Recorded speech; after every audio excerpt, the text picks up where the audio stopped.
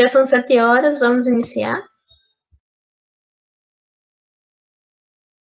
Eu vou começar me apresentando, falando um pouco, e depois vou... Bom, meu nome é Daniela Inácio Galvão, né? Eu sou acadêmica de Engenharia de Produção na Univasf e também faço parte do projeto de extensão Sertanejas em Systems. Ele é um projeto que visa aumentar o acesso e permanência de mulheres em STEM, ou seja, ciência, tecnologia, engenharia e matemática. O assunto que a gente vai falar hoje é sobre o lugar da mulher na academia. E a nossa convidada de hoje é a professora Maitê. Ela vai falar um pouquinho sobre a trajetória dela, sobre as conquistas e também sobre seus desafios durante essa trajetória. Eu vou abrir espaço para que ela possa se apresentar e falar um pouco. E Olá! Depois a gente vai seguir para algumas perguntas. Pode começar. Obrigada, Daniele, pela recepção. Queria inicialmente agradecer a Glauce e a Marcela pelo convite, Marcela que entrou em contato comigo. Então, é um prazer imenso estar aqui. Esse é um lugar que me é muito caro, que é um lugar onde a gente pode se ouvir, conversar bastante, tá? Então, foram me entregue 4 perguntas, então eu vou falar um pouco sobre a minha vida, sobre a minha trajetória, e tentar responder essas perguntas que eu vou dar as minhas respostas, mas as respostas não são únicas, tá certo? Então, a gente vai falar hoje do lugar da mulher na academia, Meu nome é Maité Culeza, eu sou do Departamento de Matemática da UFRPE, da Rural de Pernambuco, mais conhecida como Ruralinda, e vamos lá. Então, a primeira coisa que eu queria falar um pouquinho para vocês é de onde eu venho, Primeiro, porque eu não nasci no Nordeste, nasci em São Paulo, mas fui criada na Paraíba.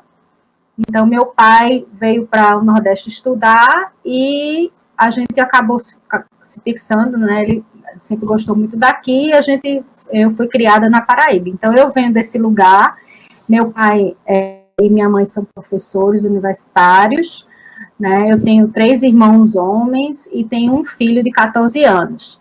E por que eu trago isso tudo, Eu quero falar um pouquinho disso, primeiro porque quando a gente vai estudar, às vezes vê a trajetória de muitas mulheres que são visibilizadas, em geral, essas mulheres têm algum incentivo, dentro de casa.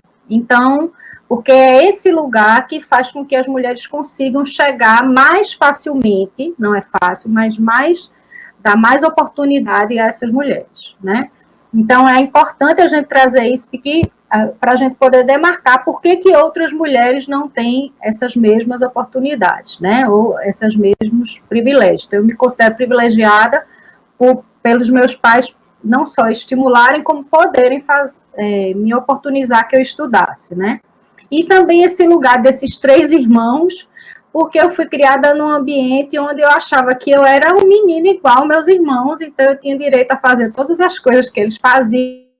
Então, para mim, eu nunca tive muito demarcado esse lugar da menina e do menino, do gênero, que a gente, masculino e feminino, dentro da minha casa, Esse impacto eu fui ter mais fora de casa. Então, eu queria trazer esse lugar de onde eu venho, E eu queria também delimitar 3 pontos que são muito importantes para mim. Eu sou, antes de tudo, matemática, Eu amo matemática, mas eu sou uma professora, Então, eu não sou só uma matemática, eu sou uma professora e eu tenho tentado trabalhar muito dentro dessa linha de Paulo Freire. Nem sempre a gente consegue, mas a gente tenta que a nossa fala também seja a nossa prática, A gente vai ver que essa fala e essa prática são muito amarradas pelo sistema que a gente vive, e aí, para poder me fazer frente a esse sistema, eu me identifico e eu me declaro uma mulher feminista. Então, esse é o meu lugar aqui de fala, tá certo? De onde eu venho.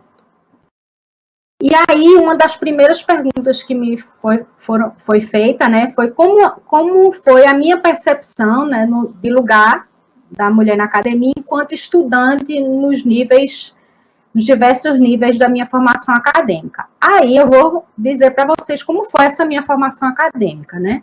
Então, eu fiz bacharelado em matemática na UFPB, na Universidade Federal da Paraíba, eu terminei em 95, e era um ambiente basicamente masculino. A gente não tinha mulheres, né? O acesso aos cursos de matemática, o número de pessoas que estavam dentro dos cursos era muito menor, o número de pessoas na universidade.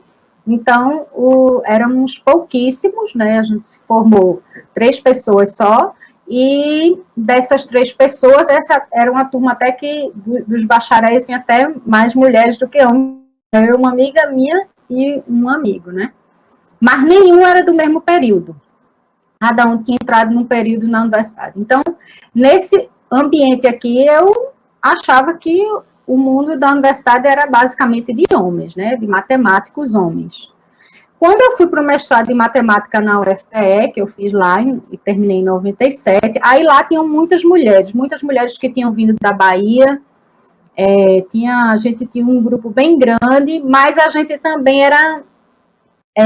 sofria, vamos dizer assim, aquela coisa, aí aquelas mulheres que vêm perturbar tudo aqui, que estão rindo, que a vida é bonita e tal. Então, eu me lembro que havia muito esse sentimento interno dentro do departamento, que era como se a gente tivesse ali meio que trazendo muita cor, sabe? Era assim que eu via a nossa recepção. E também era um ambiente bem masculino. As mulheres no departamento não eram visibilizadas para a gente, mesmo para nós estudantes que estavam lá todo dia.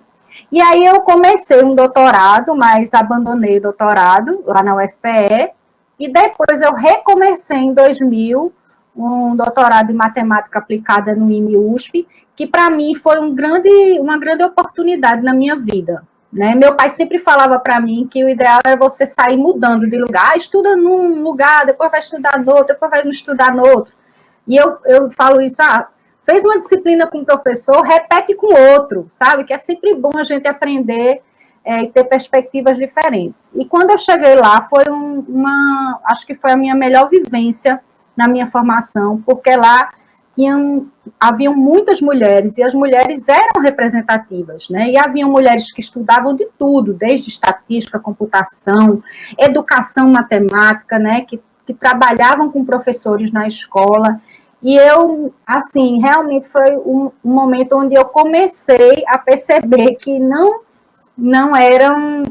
que o mundo não era de matemática, não era só de homens. Embora eu fiz doutorado na matemática aplicada. E na matemática aplicada, no IME, é um ambiente que tem mais homens. Então, na minha sala de aula, eu era a única mulher nas disciplinas de matemática aplicada. Então, isso, mais para frente, eu vou falar um pouquinho do que foi que me rendeu.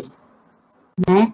E aí, depois que eu me tornei professora na Rural, aí eu saí para um pós-doutorado em matemática, que não é um título, e aí eu tive a oportunidade de estudar fora, que foi em Barcelona, e lá era um ambiente que também era predominantemente masculino, então, mas tinham algumas mulheres, mas não muitas, né? A minha área de pesquisa é mecânica celeste, que é uma área que também não tem homens, ou não tem mulheres, muitas mulheres. Eu me lembro que os congressos que a gente ia, a fila se formava no banheiro dos homens, não das mulheres. Então, a gente fazia até essa piadinha, que era o único lugar que a gente ia que o banheiro dos homens tinha mais fila que o das mulheres, né?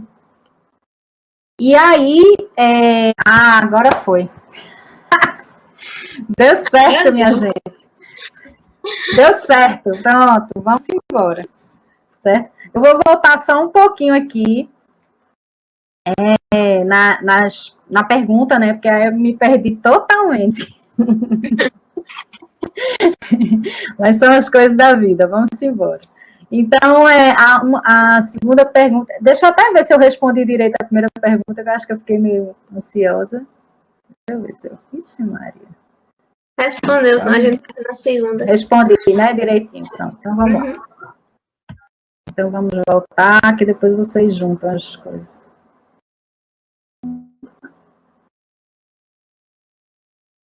Pronto.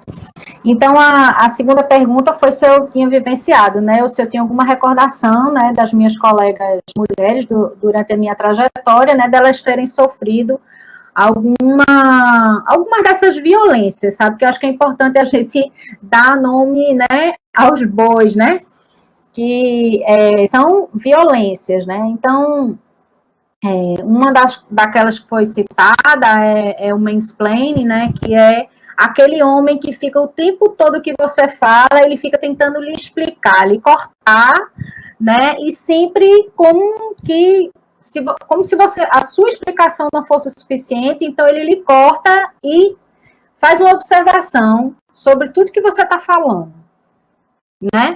Então ele vai lá, você explica tudo, ele vai e explica novamente o que você está falando.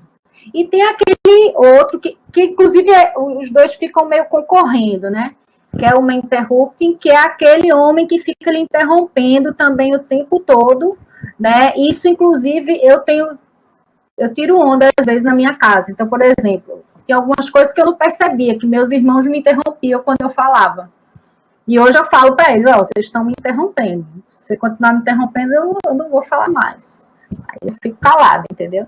Então, assim, eu acho que isso é uma coisa que acontece muito depois que você tem noção de que existe o mansplaining, que existe o interrupting. O que acontece? Você vai começar a perceber que de fato acontece. Porque enquanto se fala assim, né, como um ente, parece que não são vivências que a gente tem. Então, eu vivi isso a vida inteira. Hoje, eu me deparo com essa percepção de que eu vivi a vida inteira, né, vendo as minhas colegas, vendo as professoras, né, sendo interrompidas, ou muitas vezes eu até achava assim, eu me lembro que eu assisti às vezes alguns seminários, e eu achava assim, que aquela professora não tinha explicado a coisa direito, porque um professor vinha lá e falava em cima. Então, isso é muito comum, né? E eu acho que é importante a gente ter consciência e também dar consciência às outras pessoas para que a gente mude essas práticas, né? E outras que é o appropriating, né? Que meu inglês é péssimo, que é a apropriação, né? Que a gente fala uma apropriação por um brother, por um irmão, que é a apropriação do seu trabalho por outros homens, né? Então, assim, eu confesso que eu não consigo dar conta dessa coisa de gênero. Eu sei que existe, né? Mas eu não me lembro de ter sofrido. Nesse ponto, eu sempre tive vamos dizer assim, uma solidariedade dos meus colegas, né? Então, dos meus colegas homens nesse sentido, e eu nunca tive, assim, um respeito em relação ao que cada um fazia, eu nunca sofri, mas eu sei de pessoas que sofrem isso. Né? E o gaslighting, que é baseado numa peça, né? Onde a mulher sofre um verdadeiro abuso psicológico, porque na verdade, o homem simula situações, simula não, ele faz situações e ela começa a dizer, olha, tá, a luz da casa tá apagando, tá acendendo, e ele começa a dizer, não, isso é loucura sua, isso não está acontecendo. Então, essa gaslighting é o que a gente chama de um abuso psicológico, quando você distorce tudo que a mulher faz. E eu acho que esse tipo de violência, eu acho que é uma que a gente vive muito, porque a gente está sendo chamado o tempo todo de louca, entendeu? O tempo todo a gente duvida, né, até das violências que a gente sofre. Porque muitas vezes a pessoa, não, é besteira, isso aí não está acontecendo com você, isso é uma impressão sua, né? Então, eu acho que você começa a duvidar mesmo daquelas coisas que você está vivendo, daquelas violências. Então, eu sofri, por exemplo, junto com amigas minhas, muitos assédios sexuais de professor, né? Então, cantada, né? Falada ressaltar alguma característica sua, ao invés de falar do problema que você veio, da dúvida que você veio tirar, né? Sofri também uma assédio moral do professor, então, enquanto eu estava dando palestra, né, um professor ficar fazendo piadinha com o meu corpo, né? E eu acho que são tantas violências que às vezes é até difícil a gente numerar, sabe? E eu demorei a me dar conta dessas violências, demorei bastante, viu? E aí, isso deixa eu ver aqui se passa. Para o próximo slide. E eu comecei a me dar conta aqui, ó, só em 2017, minha gente. Eu me formei em 95. E eu só comecei a me dar conta de qual era o meu lugar na academia como mulher em 2017. Acreditem, eu sempre fui uma pessoa, uma mulher bem, vamos dizer assim, arretada, entendeu? Assim, sabe aquela que ninguém mexe, então eu sempre perguntava as coisas aos professores, então, por conta disso, todo mundo disse, não, o professor implica com você por causa desse seu jeito, que você pergunta, você questiona, né? Então, eu sempre achava que era o meu jeito, eu não achava que era porque eu era mulher, né? Então, como na minha casa eu também perguntava tudo e era todo mundo mais ou menos igual, mas eu não tinha noção de que de todo aquelas, vamos dizer assim, aquele tratamento era um tratamento diferenciado a mim porque eu era mulher, não era um tratamento diferenciado a mim porque eu questionava, né? Então, se fosse um homem questionando, também teria esse mesmo tratamento. E quando é que foi que eu comecei, né, então, a atentar para isso? Foi nesse evento aqui, que, na verdade, foi um ciclo de debates que teve no Brasil todo, que começou com um encontro de ex-alunos no IME, e, salvo engano, eles fizeram a primeira mesa, foi na Unicamp. E aí, a partir de lá, se decidiu fazer um ciclo de debates pelo Brasil todo, né, e que chamaria-se Matemática Substantivo Feminino. E a professora Carla, que é essa que está com essa blusinha rosa aqui, ela pegou e chegou para mim e disse assim, Maite, vamos fazer uma mesa nesse ciclo de debates durante a semana de matemática? E eu falei, mas vamos falar o quê, né? Ela falou, não, veja, vamos discutir a questão do papel da mulher. Eu vinha junto com muitas outras mulheres da universidade, de outras áreas, trabalhando a questão da mulher mesmo, da violência da mulher na universidade, então nada a ver com a matemática. E aí ela me chamou e disse, olha, tu podia falar de maternidade, porque eu sou mãe, então das dificuldades que a maternidade me gerou na minha carreira. Aí eu falei, tá, vamos. Então, para isso, a gente teve que estudar. Eu me lembro que eu e ela, a gente estudou muito. Fomos atrás de vários artigos para aprender, né? Morrendo de medo de falar besteira, mas fomos. E a gente teve a sorte dessa professora aqui, Maria Helena, que ela é de educação física aqui da Rural, e ela trabalha justamente com a questão de gênero na educação física, né? Então, de como o corpo da mulher, né, tolhe ela em vários lugares dentro do ensino, né, nos esportes e tal. E aí foi muito bom, sabe? Eu acho que isso é a grande, acho que é a grande, vamos dizer assim, não é exemplo que eu vou dizer assim, mas a grande vivência que eu queria trazer para vocês é essa oportunidade de ouvir outras pessoas de outros lugares, para que elas possam trazer suas vivências também. Então, aqui eu esqueci o nome dela, mas é uma aluna que ela veio falar ela é da Marcha Mundial das Mulheres, aí ela veio falar né, do papel das meninas militantes, e foi muito interessante porque você começa a ver outras perspectivas de vida, né, outras formas. Então, eu comecei a ver o quanto a minha carreira tinha impactado, a maternidade tinha impactado a minha carreira, e o quanto a maternidade impactava a carreira das minhas amigas, e quantas violências nós vivíamos. E aí, por conta disso, eu acabei indo parar, deixa eu ver se aparece aqui, agora, o próximo, né? eu acabei de parar em outros eventos, e aí com isso eu vou aproveitar para responder outra pergunta aqui, né? O que é ser cientista e docente no ensino superior em cursos relacionados à STEM? Se isso mudou a minha percepção do lugar de mulher na academia, e se houve avanço para as mulheres, especialmente nos cursos relacionados à STEM. Então, assim, ser cientista em curso de docente de ensino superior em áreas relacionadas à STEM é muito mais difícil, eu acho, do que em outras áreas. Por quê? Porque tem menos mulheres. Isso aí está todos os números, né? Eles trazem que as mulheres são em número menor nessas áreas. Então, como as mulheres estão em número menor, então, claro que o machismo vai predominar. Mas por que o machismo vai predominar? Só porque tem mais homens? Não só por causa disso. Porque é uma estrutura para a gente continuar no mesmo lugar. Né? O machismo não é eu sou machista. Não, a estrutura inteira é patriarcal. A estrutura inteira não quer que a gente saia do nosso lugar.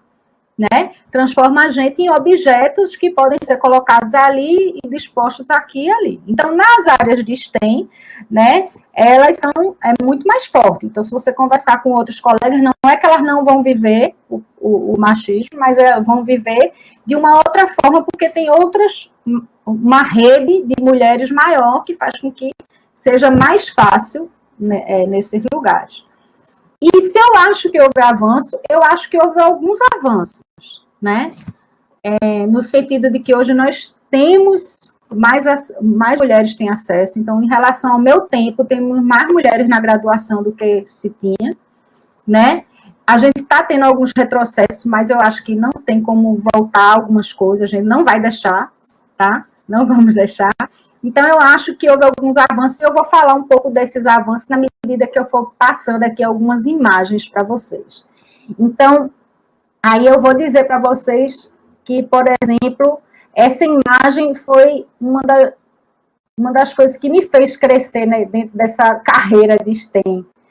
Né? Por quê? Porque aqui a gente tem mulheres matemáticas do mundo todo. Sei que nem todo mundo aqui está na área de matemática, mas aqui nós temos mulher matemática do mundo todo. E a gente tem uma ideia, né, do que é uma pessoa matemática.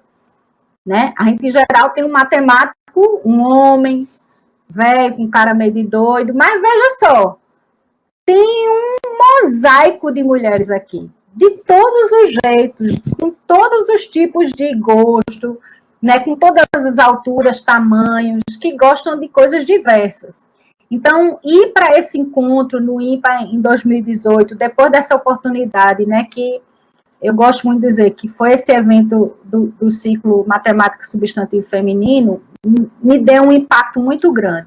E eu fiquei do lado dessas moças aqui, ó, que estão aqui, tá vendo? Eu não sei se Ellen estava aqui nesse dia, mas eu fiquei numa mesa do lado delas e foi outro impacto na minha vida, né? Por quê? Porque foi quando eu comecei a ver, e aí eu vou passar mais uma imagem. Foi quando, aí depois eu fui ajudar a organizar esse workshop de mulheres na UFCG, lá em Campina Grande, que aquele outro foi no Rio, internacional.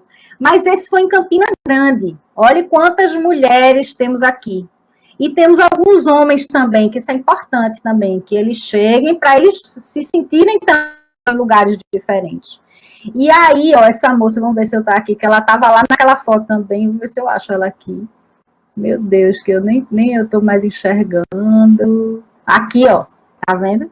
E essa outra moça que tá aí, Ellen tá aí, ó, que é Ellen. Manu, eu participei de uma mesa com Manu e com Cristina Brecht, e Manu fez uma pergunta lá que mexeu muito comigo e que hoje, a todo lugar que eu vou, eu faço questão de falar. Ela perguntou quantas matemáticas negras vocês conhecem? Quantas matemáticas negras tem aqui? Então, essa pergunta para mim foi muito importante, porque eu comecei a olhar que, se antes eu achava que tinham poucas mulheres, né, eu já achava ruim isso, eu percebi que as mulheres, as matemáticas negras, eram um número menor ainda, Então, eu comecei a cada evento que eu ia, a cada lugar que eu ia dentro da universidade, a olhar a minha volta e ver onde é que estavam as pessoas negras. Então, se nós mulheres, né, somos maioria dentro da população, então nós deveríamos estar minimamente representados em todos os ambientes né, da universidade, então também as pessoas negras também, né, as mulheres e homens negros. Então, acho que assim, por isso que eu vou continuar aqui, só para mostrar para vocês que existe, né, que nesse ponto eu acho que avançou. Acho que depois a gente foi para o primeiro encontro de mulheres de matemática lá no Rio de novo, no Brasil, e aí, ó, aqui está aqui Manu de novo. Cadê? Deixa eu ver. Ellen está aqui. Ela não estou te vendo aqui. Mas aqui tem essas mulheres todas maravilhosas, entendeu? Então a gente começa a ver que eu acho que está mudando, que a gente está começando a se encontrar, a gente está começando a ver alternativas, e a gente está começando a falar de assuntos que são difíceis para todos nós, né? Então, por exemplo, para mim é difícil falar que eu sou uma mulher branca, privilegiada, né, como aquilo que eu falei, de onde é que eu vim. Então, é difícil para mim, né? É constrangedor, mas é preciso ser falado, né? A gente precisa trazer essas coisas à tona. E então eu acho que a gente tem avanços, tá certo? Deixa eu ver aqui se eu...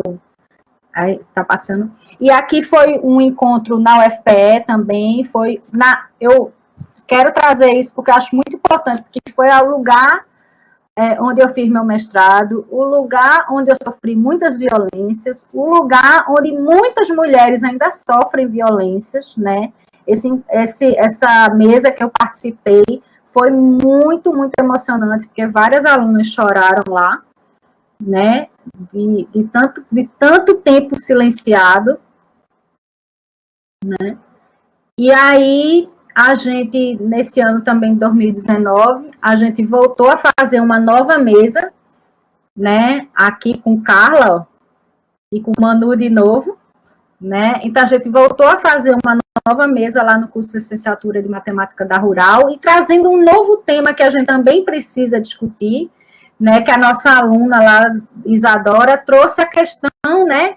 Da lesbofobia, né? Então, por exemplo, de como é que a gente também vai tratar a questão da homofobia, essas questões dentro dos nossos cursos, né? Então, o respeito ao outro, o respeito à diversidade, né? O cuidado que a gente precisa ter para que a gente forme uma rede cada vez maior e melhor, né? Então, eu tenho... Você vê que aqui tem vários alunos, vários professores, né? Então, é bem importante, porque não adianta a gente discutir isso só entre as meninas, a gente precisa também trazer os meninos para essa discussão. Feminismo não é eliminar homens, tá certo? E STEM, né, esses projetos de menina, é para visibilizar as meninas, para mostrar que elas existem, mas não é eliminar, né? E aí, que ações você conhece, participa, estuda, ou percebe que auxiliam a minimizar os reforços aos estereótipos de gênero, que podem contribuir com maior presença e permanência das mulheres nas carreiras e cursos relacionados a STEM, né? Então, assim, eu participo dessas mesas, né, tenho tentado participar de debates, cada vez eu gosto mais de vir para debates assim, onde eu vou ouvir outras pessoas que podem me cutucar em alguma coisa que eu ainda não fui cutucada, né, mas eu vou trazer aqui algumas ações de algumas pessoas queridas, né, alguns projetos que moram no meu coração, mas que agora a gente ainda bem tem várias ações.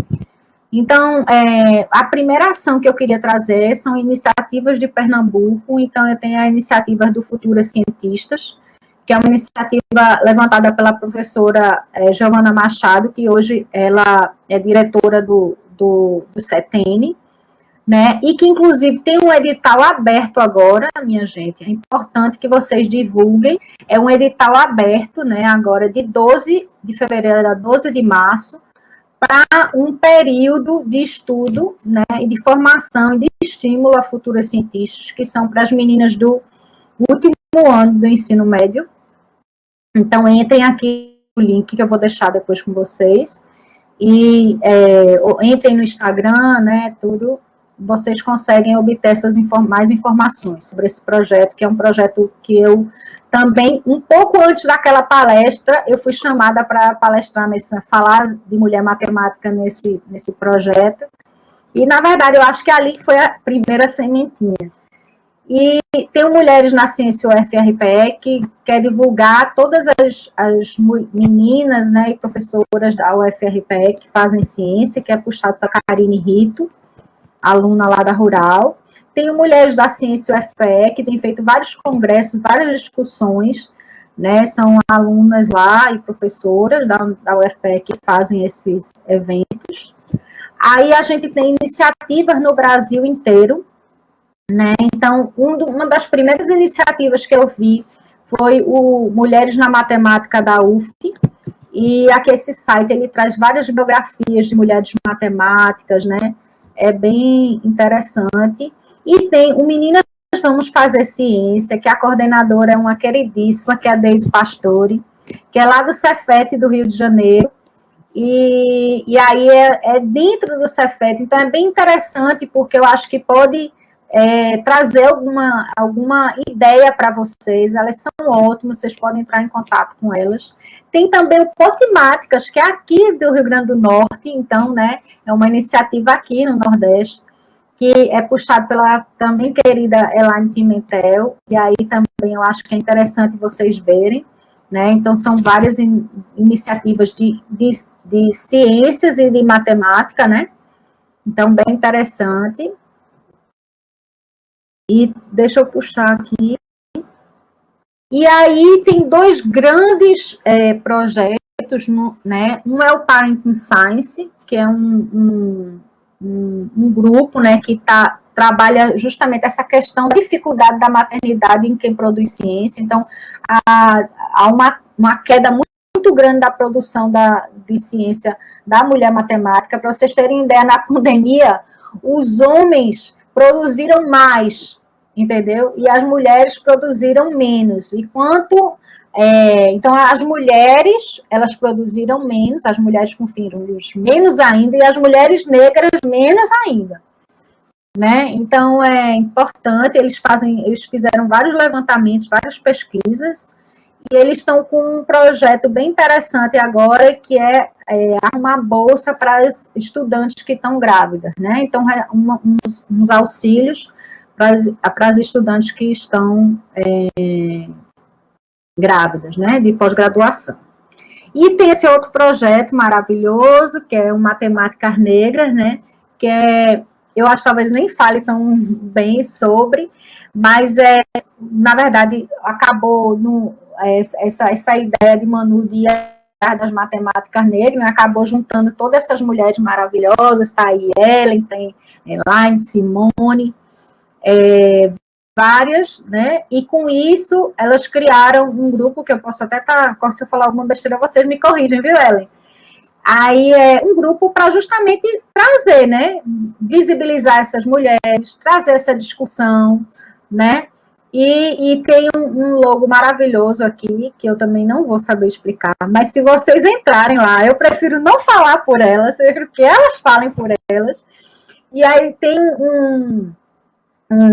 um vídeo muito bom na internet, o Fator N, que eu acho que também deve estar nesse link, né, onde fala justamente dessa questão, né, de o quanto que a questão da raça, né, impacta na vida dos pesquisadores e das pesquisadoras nesse país, né. Eu acho bem importante. Oi. A senhora falou sobre isso, eu lembrei que a gente teve um encontro com a Mônica, lá da Univasf, ela falou sobre essa questão da representatividade negra, principalmente nas áreas de exatas. Foi bem bacana o encontro, a gente pode abordar bastante tema sobre isso e debater também um pouco. Eu acho bem importante, eu acho bem interessante, inclusive, que vocês tragam essa discussão, né? Porque, na verdade, é assim, eu vou, deixa eu ver se Deixa eu ver agora. E lógico, né? Eu não podia deixar de falar que tem vocês, né? Que eu adorei o nome do grupo. Eu me apaixonei por esses sertanejos insistem, eu amei. Então, assim, achei assim maravilhoso. Mas antes de terminar, eu queria trazer isso, sabe? Acho que a gente vai debater um pouquinho, né? Sim. Mas essa a importância que eu acho da gente entender que é importante a gente ter mulheres na área de STEM, mas é importante a gente lutar para que essa mexer nas estruturas, não é só, eu vou colocar uma mulher aqui, vai aparecer uma mulher ali, não. A gente tem que oportunizar para todo mundo. Então, oportunizar para todo mundo é entender que a gente mora dentro de um aquário onde está todo mundo molhado, entendeu? A gente está dentro desse sistema. Então, a gente tem que mexer nesse sistema, né? A gente tem que pegar e dar uma quebradinha aí para poder chegar no mar, né? Porque senão, o que, que vai acontecer? A gente vai ficar sempre, né? Aquela coisa, como é? Eu sou péssima de ditado, mas enxugando, né? Gelo, né? Não é enxugando gelo, que o povo diz que não, né? Sim, A gente vai ficar sempre enxugando gelo. Eu acho que o fato da gente estar aqui discutindo, falando sobre isso, né? De uma forma, vamos dizer assim, daqui a pouco, com um diálogo, né? Se ouvindo, eu acho que isso já é uma mudança, sim. Diga? Já é um grande passo. Eu acho, sim. Porque eu tenho certeza que você vai ser como é? Engenheira de produção, é isso? Isso. Totalmente diferente da matemática que eu fui. Porque você vai ter uma outra perspectiva de vida, né? Você vai se sentir mais forte, né? E isso, eu não estou dizendo que é fácil, né? Não é fácil, mas é isso. A gente precisa dessa rede de apoio para seguir, tá? Então, eu vou agradecer, né? Mais uma vez, Dani, aqui a gentileza. Pedir desculpas aí por essa confusão da internet. E eu queria ouvir vocês também, né? Eu tentei responder as perguntas que eram bem densas, que eu tinha falado da minha vida e responder as perguntas. Vamos ver. Não sei se ficou muito bom, mas vamos lá. Perfeito. Eu vou ler algumas perguntas que vão vir no chat e também eu tenho algumas. Ixi, Maria, agora que eu tô vendo. Em relação logo no início, a senhora falou sobre como foi entrar no meio acadêmico e se imaginou meio que ali, não lembro direito as palavras, mas no meio, como em um universo que só tivesse homens. Tipo, o que fez a senhora permanecer ali, mesmo vendo todo aquele contexto onde tinha mais o gênero masculino, a dificuldade, tipo, em ser a única mulher da turma. O que fez permanecer foi o gosto pela matéria ou teve mais apoio? Aí eu vou dizer, eu tive várias sortes, né? Eu acho que uma coisa é que eu adoro matemática. Eu amo mesmo, assim. Eu tenho um problema porque eu não posso ver a palestra de ninguém de outra área que eu fico querendo trabalhar naquela área. Então, eu gosto muito de matemática. Mas, assim, como eu falei, né? Eu tive muito incentivo da minha família, né?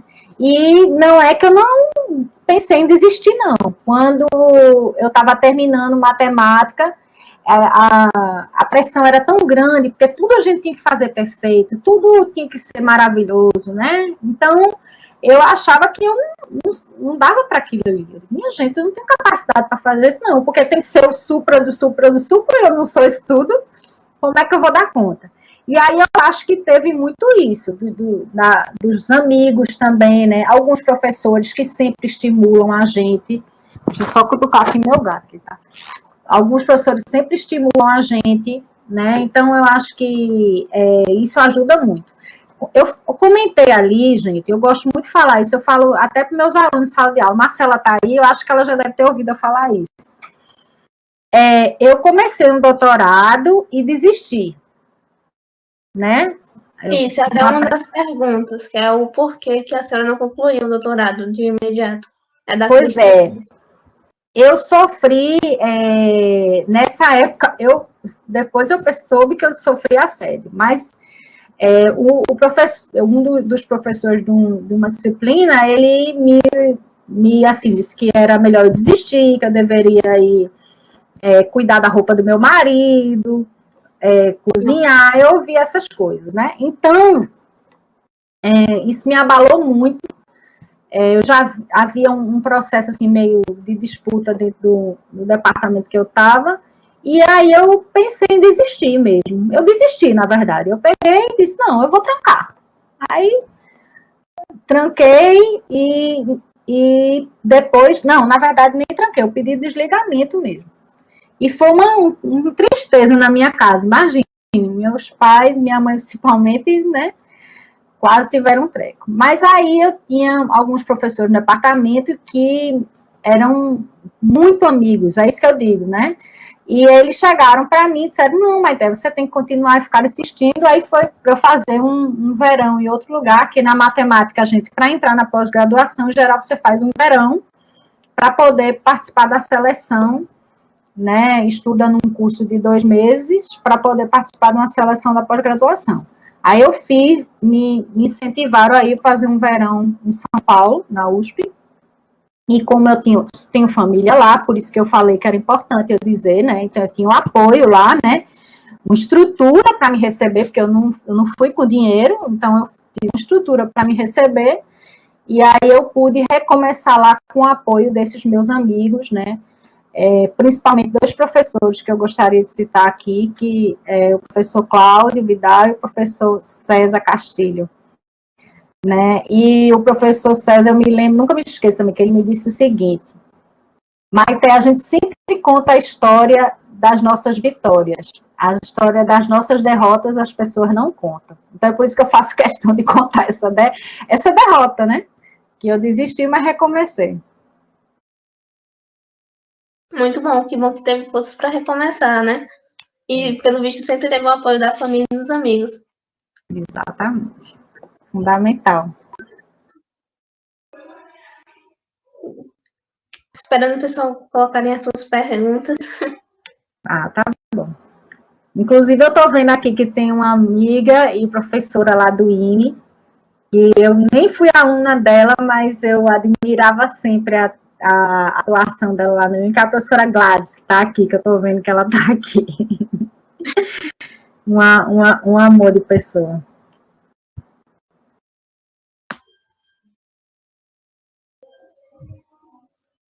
Carla, né, Laine?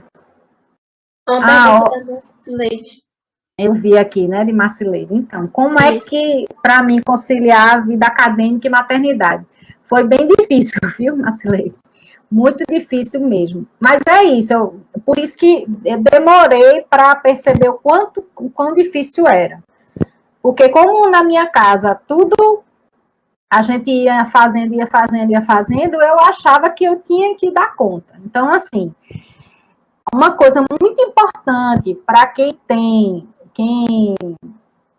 vai estudar, né, e tem filhos, né, porque esse é um dos problemas, porque muitas vezes as mulheres desistem porque elas querem ter filhos e os filhos a gente tem dificuldade de conciliar com a carreira, né, isso são todas, não sou eu, toda mulher vai ter essa dificuldade, né, umas mais, outras menos, mas todas vão ter. E aí, estão me ouvindo, porque eu estou vendo aqui que apareceu uma mensagem. Tá, né? Então, e aí, uma coisa que é muito importante, que a Carla sempre gosta de tocar nisso, é uma rede de apoio, né? Então, minha mãe não mora aqui em Recife, então, mas toda vez que eu tinha que ir para um evento, toda vez que eu tinha alguma coisa, minha mãe vinha me ajudar, né? Então, minha sorte foi que minha mãe se aposentou. Eu acho que Dani travou. Minha sorte é que minha mãe se aposentou e aí ela, toda vez que eu precisava, ela vinha me ajudar, né? Agora, além disso, quando eu entrei no departamento na universidade, eu tinha um departamento que só tinha mulheres. Então, a professora Socorro, a professora Hebe, a professora Maria Eulália e a professora Márcia. Então, elas eram minha rede, né? Então, toda vez que eu estava com algum problema com o meu filho, elas me ajudavam muito.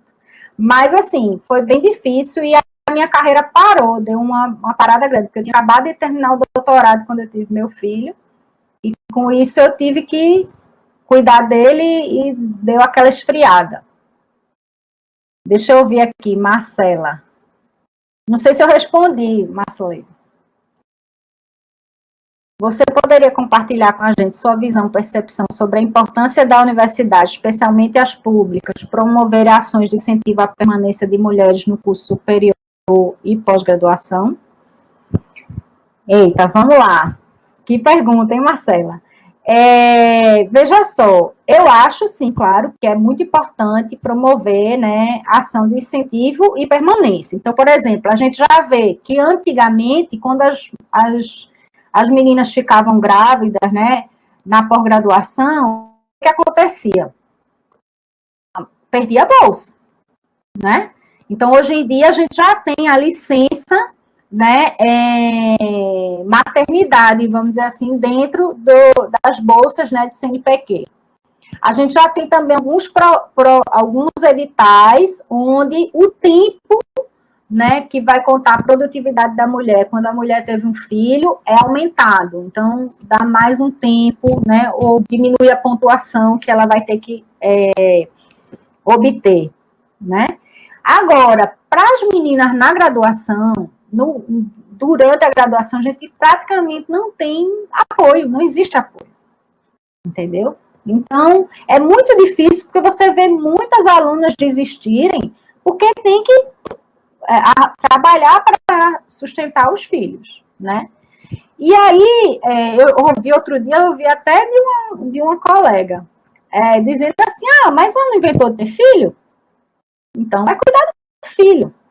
O que a gente tem que entender é que, veja assim, só, todo mundo aqui precisou de alguém cuidar quando era criança. Não teve ninguém que nasceu, foi jogado ali no mato e se criou sozinho. Não teve. Todo mundo precisou de alguém para ser gente, como a gente diz, né? Então, precisou de alguém para cuidar, para alimentar, né? Para tu tá lá. Todo mundo precisou. Do homem à mulher, todo mundo precisou. Então, por que a gente está desvalorizando esse lugar do cuidado? Né? Por que a gente continua deixando esse lugar do cuidado como um lugar que não é importante? Porque a mulher não pode cuidar e também ter a sua carreira. O homem não pode? O que falta é que o homem precisa cuidar também. Né? Então, e não é só o homem cuidar, a sociedade como coletivo precisa cuidar do seu futuro, que são as crianças que nascem, né? Então, acho que a gente precisa, sim, de ações e bolsa de permanência, mas a gente precisa de discutir, não só na universidade, né? E que a universidade leva essa discussão para fora também, de que a gente precisa de uma estrutura para que as pessoas possam continuar os seus trabalhos, né? Então, creches, né, perto, mais estrutura, inclusive, para que as pessoas possam ter uma decisão, né, por ter filhos mais cedo ou mais tarde, de forma, né, mais condizente com a sua vida, né. Então, é isso, em todo lugar do mundo se cuida.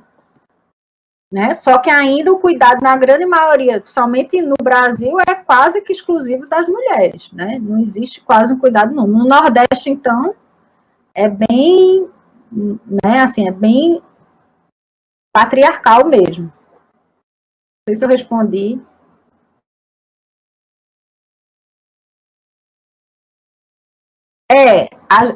Isso acontece, só que ainda é pouco, sabe, Marcela? Porque essas vagas na creche, elas são poucas, né? Porque a gente tem que dividir, obviamente, com a comunidade que está ali.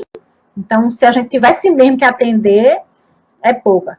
E outra, porque, assim, muitas vezes a creche não tem que ser perto da universidade. O ideal da creche é que ela seja num lugar que seja ou no meio no meio de caminho entre onde a pessoa mora e a universidade, ou perto de onde a pessoa mora. Né? Então, a gente precisa também lutar para isso, né? Então, a gente precisa valorizar, inclusive, quem está nas frentes que lutam por mais creches para todo mundo, né? Mas tem, em relação ao trabalho... pode concluir. Em relação ao trabalho e à maternidade, por exemplo, teve alguma dificuldade na hora de procurar um emprego, de trabalhar, tipo, sofrer algum tipo de preconceito, de não ser contratado pelo simples fato de ser mãe, por exemplo? Veja, Daniela, eu não tive, né?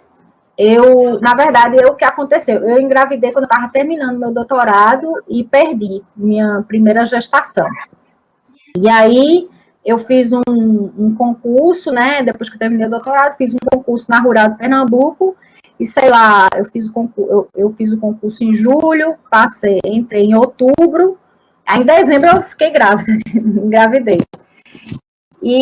O que a gente ouve é piada, né? Porque aí ficam tirando onda. Olha, engravidou e já vai ter a licença maternidade, como se não fosse um direito, né? Como se a gente não tivesse direito à licença maternidade. Então, eu sofri isso. Na verdade, quem me acompanhou na Rural, não sei se Marcela, a Marcela não é desse tempo, mas assim, eu fui perseguida até pelo meu chefe por causa disso.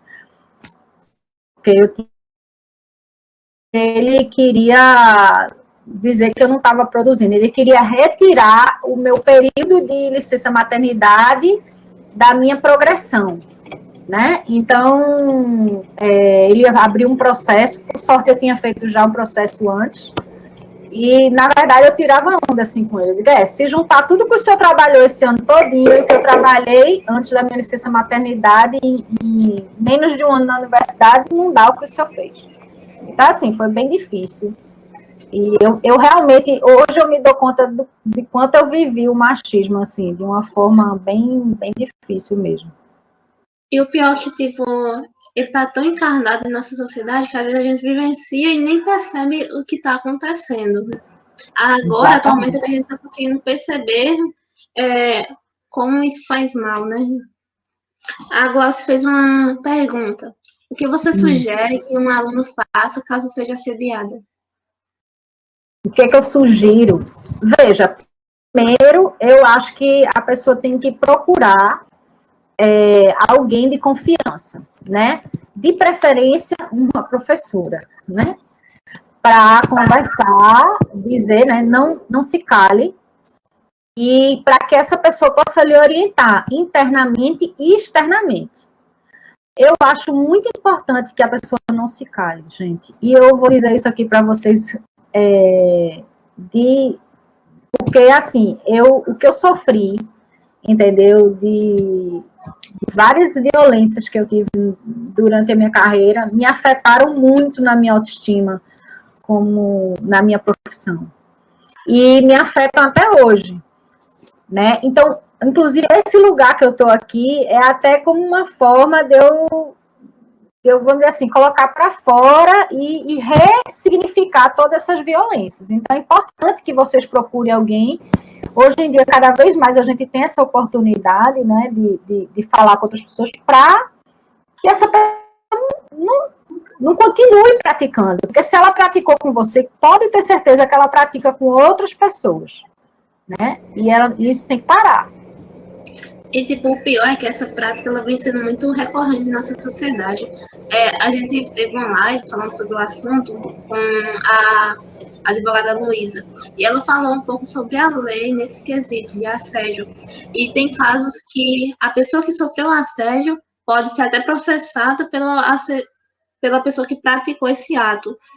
Ela explicou bem como isso poderia ocorrer. Então, tipo, acaba deixando a vítima mais medo e se calando. Por exemplo, esse chefe da gente que nos ameaçou, né? Eu tentei, fiz vários processos contra ele e nunca deu nada. Mas o que eu digo, quando eu digo, não é que você vai ganhar, sabe? Mas é que você não silencie, você procure ajuda, né? Porque, inclusive, essa pessoa pode continuar repetindo.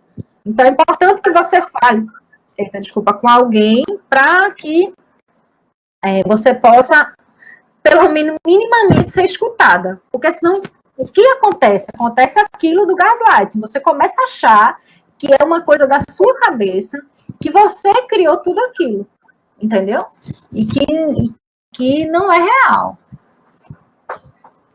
E a partir do momento que você fala, você alerta também outras pessoas, não é mesmo? Exatamente. Tem mais perguntas? Ellen, ia fazer alguma? Ellen disse que fala já já.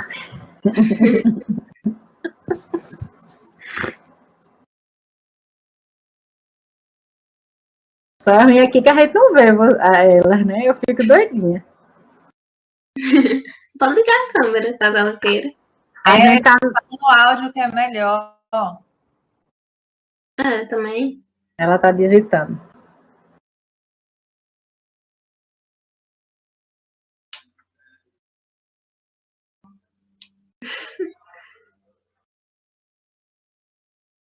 Bom, do jeito que a Ellen fala pra cacete, essa tá bem grande. Ô, Maite, tá me escutando? Marcela, me desculpa, ela tá me falando aqui que as perguntas têm que ser via chat, mas na verdade eu quero fazer um comentário. Você tá me ouvindo, Maite? Tô sim, querida. Tô lhe ouvindo demais. Então, às vezes é mais fácil falar, me desculpa a organização. Mas, Maite, eu estava ouvindo enfim, todas as suas falas, né? Para mim, cada fala sua é um gatilho para uma outra mesa redonda, viu? Mas uma coisa que eu fiquei aqui me perguntando é que às vezes a gente não sabe o que é assédio, né? Então, eu não sabia da informação que você deu a respeito dessa lente de aumento a partir de 2017, porque eu tenho pensado várias coisas, né, a respeito até de mim mesma na questão da consciência racial, da consciência em relação ao machismo que a gente sofre. Então, uma primeira pergunta que eu faço é: como que a gente, até uma coisa que eu tenho discutido com algumas colegas da UFBA, como é que a gente pode estar falando para as nossas alunas e também para as nossas colegas, né, que a gente está sofrendo assédio, porque a gente não sabe. Às vezes a gente encara e naturaliza todo tipo de comentário como brincadeira, né? E é exatamente nessas brincadeiras que está lá o assédio. E aí eu fico me perguntando, se eu não me engano, uma cartilha da USP, na USP, que até aqui que tem, alguma coisa que eu estava lendo, né, com uma ideia que eu estou para fazer na UFBA, que é exatamente assim: o que é o assédio? O que é o assédio moral? O que é o assédio sexual exatamente? Né? Porque a gente primeiro precisa saber, e segundo, uma vez que a gente detecte, que a gente visualize que a gente sofreu isso, a quem a gente vai recorrer? Né? Então, aluna de colega, professor de aluno, enfim, professora, né, de aluna. Então, o primeiro passo é esse, a gente reconhecer. Porque, quer dizer, a gente acho que se todo mundo fizer uma reflexão aqui, a gente já sofreu assédio e sofre o tempo todo. A questão é que é muito mais fácil, eu acho, a gente dizer, vamos seguir, né? Quando eu paro para pensar em tudo, eu digo, gente, era aquilo. E a gente finge como, foi uma brincadeira, então, aquilo ali foi assédio. Só que o primeiro passo, eu acho que é a gente fazer mais esse tipo de coisa aqui, né? Que são esse tipo de discussões, para a gente, então, entender o que é o assédio, né? E cada instituição ver como é que a gente pode recorrer, porque o primeiro passo é esse. Dentro da universidade, existe sim a politicagem, existe a política mesmo, né? Se eu falo com o professor, eu não sei, na universidade que eu dou aula, que eu trabalho, se eu sofrer assédio, eu não sei a quem eu vou recorrer. Não tem nenhum lugar lá, não tem nada que me ampare, que diga, vem cá, você sofreu, vem cá, como é que a gente vai fazer? Quais são os próximos passos? Não tem. E aí quando você pensa na questão do aluno, da aluna, ela tá ali, professor, o lado mais forte, né? Existe o corporativismo mesmo, existe. Então, às vezes a gente tá lá com o nosso colega, e aí? A gente vai fazer o quê? A gente precisa realmente pensar, não só dar força para esse aluno, até para mim mesmo, enquanto professora, ir para frente, porque eu já sofri assédio moral, né, de um estudante, seríssimo, de delegacia e tudo, e eu me lembro que teve, na época eu ainda era aluna da UFBA, e que houve questionamento se eu, de fato, não era culpada, entendeu? Então, assim, é muito sério. E uma vergonha absurda que eu tive de mim, não quis por um tempo, eu só queria ir para a universidade para as aulas, né? E com medo. Então, assim, é muito tenso. Então, a gente precisa também discutir esse tipo de assédio e a quem recorrer, o que fazer, que apoio psicológico essa aluna, essa colega, né? Vai ter. Então, eu acho muito, muito massa essa discussão, sempre isso que eu disse, cada ponto que você traz, isso aí dá uma palestra, isso dá um medo, né? Mas, enfim, eu só quis trazer esse comentário, acho que foi muito ótima essa iniciativa do grupo aqui, da organização, trazer esse tema, porque a gente fala com muita frequência, mas é sempre importante, sempre tem a mesma importância, e sempre eu digo assim, como é bom eu estar ouvindo isso, como é bom fortalecer, como é bom ouvir histórias que também são minhas, né? Que se não for, ainda se não acontecer algo com você, ainda pode ser que aconteça, né? Então é bom a gente estar junto realmente e dando força, né? E é isso. Beijo, Maite. Beijo, adorei lhe ver. Veja, agora deixa eu aproveitar, né, esse comentário de Ellen maravilhoso e pontuar umas coisas que eu acho bem importante. Eu acho que, assim, a gente tem, e se a gente não tem, a gente precisa fortalecer, né, e apoiar essas instituições, né, seja as ouvidorias nas universidades, seja o sindicato, né, então, lá na Rural a gente tem a do FERP, que é um sindicato bem atuante, então, que ele tem que, sim, se o seu sindicato não atua, ele precisa atuar nesse sentido, né, ele precisa estar mais presente nesse sentido. Então, acho que isso é uma coisa. Acho que fazer grupos de mulheres, então, esse Mulheres na USP, ele é muito importante porque ele começou a escrever e a traçar, a expor algumas situações que eram vividas dentro da universidade, a discutir determinadas situações que eram vividas dentro da universidade, que eram caladas durante séculos e séculos, amém, né? Então, e outra coisa que a gente precisa, que é bem importante, vou fechar, Dani, que é bem importante, que é o seguinte, gente, a gente precisa ver por que as pessoas não querem falar de assédio? Porque todo mundo tem medo de ser um assediador um dia, né? Então, no fundo, até nós, mulheres, o que a gente faz? Eu sinto muito isso, que a gente, como convive numa área masculinizada, a gente acaba se masculinizando para ser aceito dentro dessa área. E aí, como a gente se masculiniza, a gente reproduz as atitudes masculinas. Então, por exemplo, a hierarquia professor-aluno. Então, essa hierarquia de poder a gente reproduz. E aí, muitas vezes, a pessoa acaba assediando um aluno sem nem saber. Eu vou dizer, eu não vou dizer aqui 100% que eu nunca assediei moralmente ninguém. Porque pode até ser que por vamos dizer assim, um cacuete mesmo, um hábito, e eu preciso ser alertada. Se eu tiver uma atitude dessa, eu preciso ser alertada. Entendeu? Eu acredito que eu não tive uma atitude racista de ter ojeriza a nenhuma pessoa negra. Mas pode ser que dentro da minha fala eu fira alguém, entendeu? Até mesmo uma mulher. Então, é preciso que eu seja alertada sobre isso, mesmo que isso doa em mim, porque eu preciso desconstruir vamos dizer assim, essa forma natural, né? Preconceituosa, é natural, estou botando aspas, né? Ou seja, uma forma racista, uma forma machista de me relacionar com as pessoas. Então, por isso que a gente precisa trazer a discussão. A discussão, eu acho que é muito mais sair um pouco desse lugar da criminalização, né? Lógico, o punir é importante, né? Para a gente chamar, não é? Mas é muito mais para a gente sair desse lugar e se rever como sociedade do que só punitiva. As pessoas ficam muito com medo da punição, aí fica com medo de ser o próximo a ser punido, aí não vamos falar sobre, né? Não vamos trazer isso à tona. E eu acho que precisa sim, porque já deu, né, de tanta violência. É verdade. A Marcela até colocou, quem se beneficia quando não falamos? A pessoa que faz a agressão, não é mesmo? Agora sim, Marcela, eu entendo o que Ellen quer dizer, porque assim, é o que eu digo, eu sempre fui uma pessoa bocão, entendeu? E o que acontece? Não é porque não adianta só falar, entendeu? É difícil, porque as pessoas na hora correm. Ninguém vai querer lhe apoiar. E é o que eu digo, assim, eu mesma já tive a oportunidade de falar uma situação que eu vivi, mas por ser com uma pessoa muito bem posicionada, eu não tive coragem, entendeu? Não tive, porque você fica desacreditada, né? Tudo é construído para que você saia do lugar, você deixe de ser a vítima e passe a ser o algoz.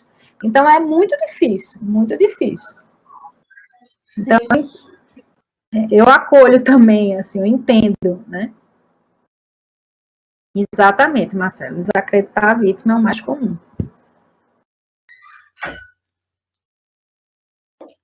Então, para finalizar, eu gostaria de agradecer a sua participação, Maite, por ter aberto a sua vida para a gente, ter falado sobre suas experiências, conquistas, desafios. Foi muito bom. Acredito que isso vai engrandecer ainda mais a gente, nos encorajar a continuar. E obrigado em nome de todos que fazem parte dos Sertanejos Insistens. E para finalizar, eu queria que a senhora deixasse uma mensagem para todos nós. Primeiro deixa eu agradecer a você, Daniele, eu até lhe chamei de Dani carinhosamente.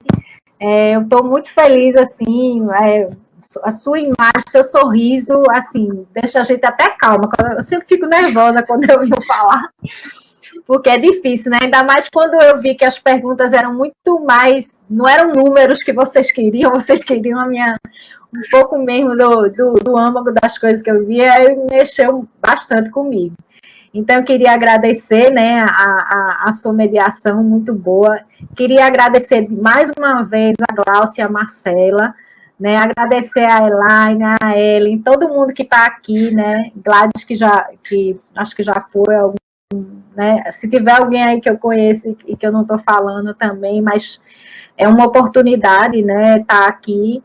E eu queria deixar uma mensagem para vocês, sim. Eu queria dizer, sabe, que é muito importante que a gente não se cale, né? Que a gente fale, que a gente não, assim, a gente olha, quando às vezes a gente vê uma pessoa num lugar que a gente gostaria de estar, a gente olha assim, a gente vê tudo que aquela pessoa tem e tenta se comparar, que a gente também não faça esse tipo de comparação. Cada trajetória, ela tem a sua singularidade, a sua forma de ser, né? Mas que eu tenho certeza, assim, que todas e todos que estão aqui têm suas capacidades e seus valores, né? E os seus valores têm que ser ditados por vocês, não por quem olha vocês, né? Não por quem... Exatamente. Então, é isso. Desejo que vocês sigam aí uma carreira linda e no futuro me encontrem e me digam, oi, professora! Acho que era isso. Eu nem preparei uma mensagem, mas... Mas foi a melhor possível. Sim, pessoal. A Marcela vai deixar um link para vocês entrarem e preencherem como presença. Muito bem, Felipe. Muito bom saber que você está aqui, certo? Você com certeza é uma pessoa especial. A Marcela deixou uma pergunta. Maite, temos outra mulher cientista num próximo encontro. Você pode deixar uma pergunta para que a próxima convidada responda? Mas ela vai falar da carreira dela também? Deixa eu ver. Ela está escrevendo lá.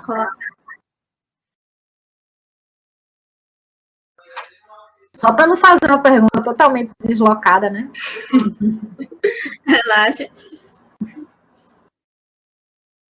Deixa ela colocar.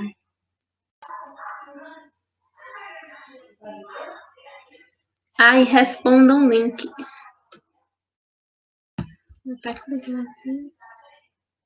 É sobre a saúde da mulher. Sobre a saúde da mulher. Então, eu acho que é isso. O quanto, né, o trabalho doméstico, né, o que ela acha do quanto o trabalho doméstico afeta a saúde da mulher, né, sempre e agora na pandemia, né? Como é que o trabalho, para mim, o trabalho doméstico é uma coisa que tem que ser discutida demais em todos os ambientes, né? Eita! E aqui foi de última hora.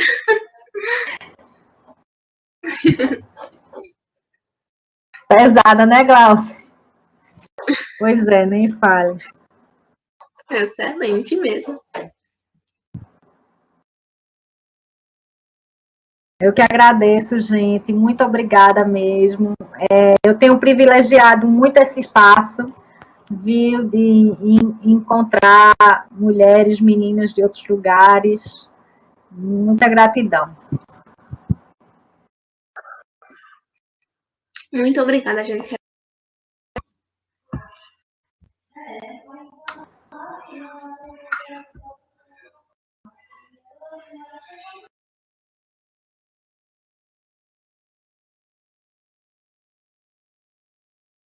Beijo, gente. Tchau, beijo.